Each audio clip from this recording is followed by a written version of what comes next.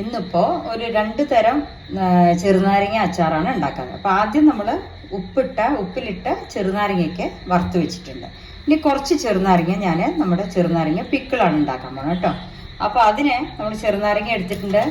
പിന്നെ വറുത്ത് കൊട്ടാനായിട്ട് കടുക് വറ്റൽമുളക് കരിവേപ്പിൻ്റെ ഇല അതെടുത്തിട്ടുണ്ട് വറുത്ത് കൊട്ടാൻ കേട്ടോ.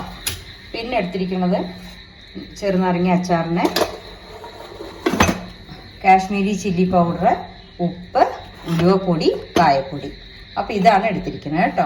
അപ്പോൾ ഇതുകൊണ്ട് നമ്മൾ ഈ ചെറുനാരങ്ങ അച്ചാർ വേറെ വ്യത്യാസമായിട്ടാണ് ഉണ്ടാക്കുന്നത്. നമ്മൾ അത് വന്നിട്ട് ഉപ്പിലിട്ടിട്ടുണ്ട്.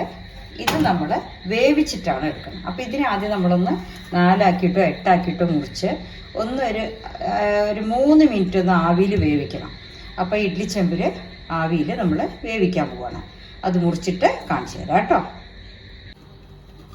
ഇപ്പം നമ്മൾ അടുപ്പ് കത്തിച്ച് ഇഡ്ഡലി ചെമ്പ് വെച്ചിട്ടുണ്ട്. അതിൻ്റെ ഉള്ളിൽ ചെറിയ ഇതായിട്ടുള്ള പാത്രം ഉണ്ടല്ലോ, പൂളായിട്ടുള്ള പാത്രം, ആ പ്ലേറ്റ് വെച്ചിട്ടുണ്ട്. കുറച്ച് വെള്ളം ഒഴിച്ചിട്ടുണ്ട്. ഇനി ഇത് ചെറുനാരങ്ങ ഞാനിങ്ങനെ മുറിച്ച് വെച്ചിട്ടുണ്ട്. ഇതിനെ നമ്മൾ ഈ പാത്രത്തിലാക്കിയിട്ട് ഒരു 3 മിനിറ്റ് ആവി കൊള്ളിച്ചാൽ മതി കേട്ടോ. അല്ലാണ്ട് വല്ലാതെ വെന്ത് ഉടയരുത്. ജസ്റ്റ് ഒന്ന് ആവി കൊള്ളിക്കുക. അടച്ചു വെച്ചിട്ട് ആവി കൊള്ളിക്കുക കേട്ടോ. എന്നിട്ട് കാണിച്ചു തരാം.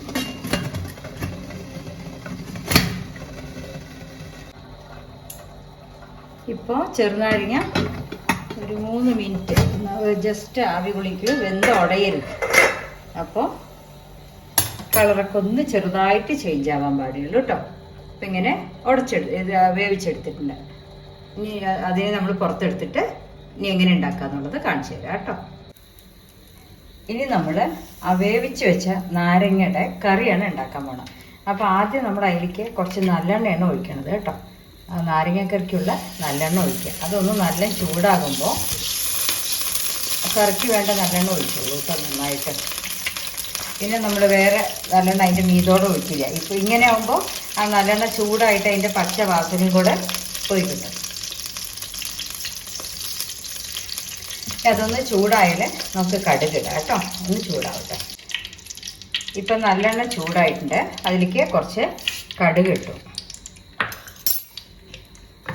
കടുക് ഒന്ന് പൊട്ടി വരട്ടെ കേട്ടോ.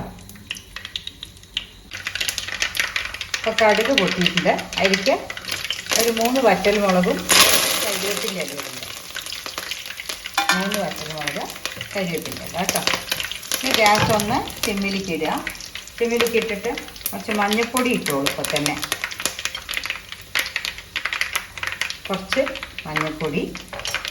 ഇനി അടുത്തത് നമ്മൾ ഗ്യാസ് ഓഫ് ചെയ്തിട്ട് മുളക് പൊടി തന്നെ ഇടാൻ പോകണം. ഗ്യാസ് ഓഫ് ചെയ്തു. അത് നമ്മൾക്ക് എരിവ് എത്ര വേണം നാരങ്ങയ്ക്ക് വെച്ചാൽ അതിനനുസരിച്ചിട്ട് നമ്മൾ ഇടണം കേട്ടോ. ഞാനിപ്പോൾ ഒരു 5 സ്പൂൺ ഇട്ട് നോക്കിയ ശേഷം ബാക്കി ഇടുള്ളൂ. ഇപ്പോൾ 5 സ്പൂണ് കാശ്മീരി ചില്ലി ഇടണ്ട കേട്ടോ.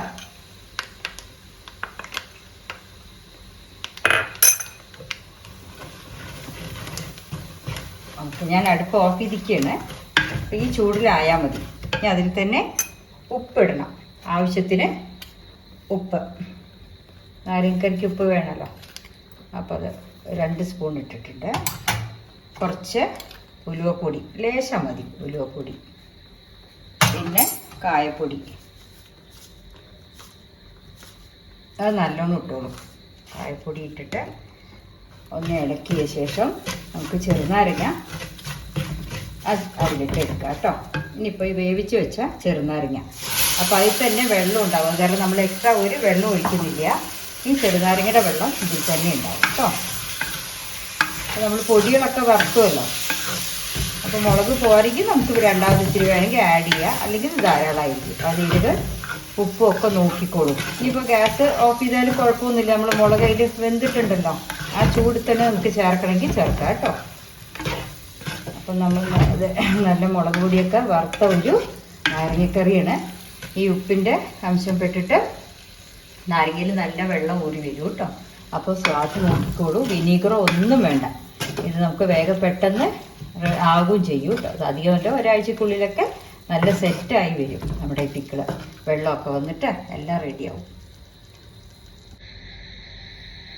അങ്ങനെ നമ്മുടെ ചെറുനാരങ്ങ മുളകിട്ട കറിയാണ് കേട്ടോ. ഇത് മുളകിലിട്ടത്. ഉപ്പിലിട്ടത് ഞാൻ ഇനിയൊരു എപ്പിസോഡിൽ ഇടുന്നുണ്ട്. അപ്പോൾ ഇത് മുളകിട്ടതാണ്. ഇതുമാതിരി ഉണ്ടാക്കി നോക്കൂ, കേടുവരിയില്ല. വിനീഗറോ കാര്യമോ ഒന്നും വേണ്ട കേട്ടോ. അപ്പോൾ ഞാൻ പറഞ്ഞ മാതിരി ഒന്ന് ചെയ്താൽ മതി. കേടുവരാതെ നല്ലൊരു സ്വാദുള്ള നാരങ്ങ പിക്കിൾ കിട്ടും കേട്ടോ.